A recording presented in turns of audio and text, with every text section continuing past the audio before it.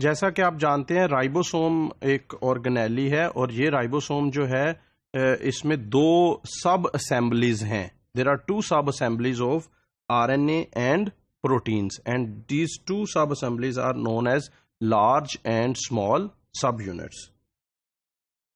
The large subunit contains the peptidyl transferase center which is responsible for the formation of peptide bond, while the small subunit contains the decoding center in which charged tRNA read or decode the codon units of the mRNA. तो mRNA पे जो codons हैं उनको read करना या decode करना जो है वो इस डीकोडिंग सेंटर का काम है जो कि स्मॉल सब यूनिट में पाया जाता है. Both the decoding centre and the peptidyl transferase centre are buried within the intact ribosome. तो जब इंटैक्ट राइबोसोम होगा यानी कि उसका लार्ज सब यूनिट और स्मॉल सब यूनिट, तो ये दोनों सेंटर्स जो हैं पेप्टिडाइल सेंटर और डीकोडिंग सेंटर ये इनके अंदर बरीड हैं, ये एक्सपोज्ड नहीं है जबकि राइबोसोम इंटैक्ट है.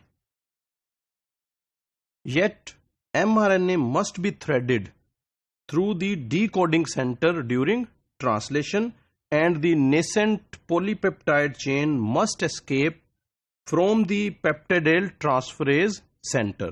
तो हालांकि ये जो है इंटैक्ट है लेकिन ट्रांसलेशन होने के लिए ये जरूरी है कि mRNA जो है वो डीकोडिंग सेंटर में से जरूर गुजरे और जो नया पॉलीपेप्टाइड बन रही है, जो प्रोटीन बन रही है, वो पेप्टिडाइल ट्रांसफरेज सेंटर में से जरूर गुजरे. तो ये कैसे हो सकता है? How do these polymers enter and exit the ribosome? The answer is provided by the structure of the ribosome which reveals that there are tunnels in and out of the ribosomes. Tunnels हैं जो ribosome के अंदर जा रही हैं और ribosome से बाहर आ रही हैं.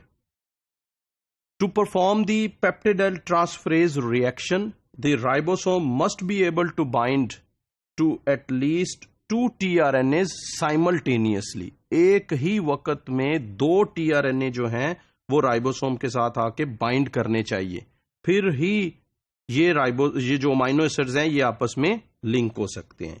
In fact the ribosome contains 3 tRNA binding sites and these sites are A site, P site and E site. The A site is the binding site for the amino acyl tRNA, इसीलिए इसको A site कहते हैं amino acyl tRNA की वजह से. The P site is the binding site for the peptidyl tRNA, इसीलिए इसको P site कहते हैं क्योंकि ये peptidyl tRNA के लिए है. और E site जो है it is binding site for the tRNA that is released after the growing polypeptide chain has been transferred to the amino acyl tRNA.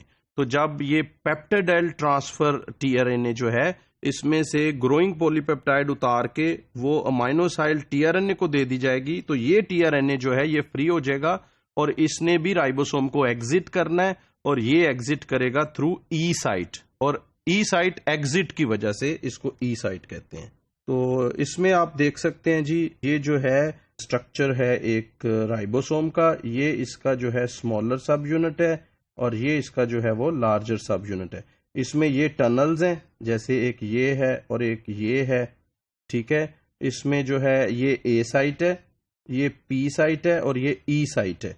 तो ये जो है ये एक स्ट्रक्चर है एक राइबोसोम का. Each tRNA binding site is formed at the interface between the large and the small subunits of the ribosome.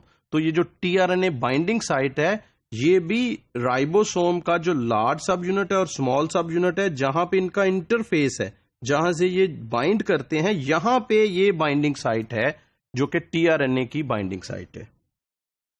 In this way the bound tRNAs can span the distance between the peptidyl transferase center in the large subunit and the decoding center in the small subunit. तो एक ही वक्त में जो bind tRNA है वो इन दोनों को एक्सेस कर सकता है, दोनों सेंटर्स को.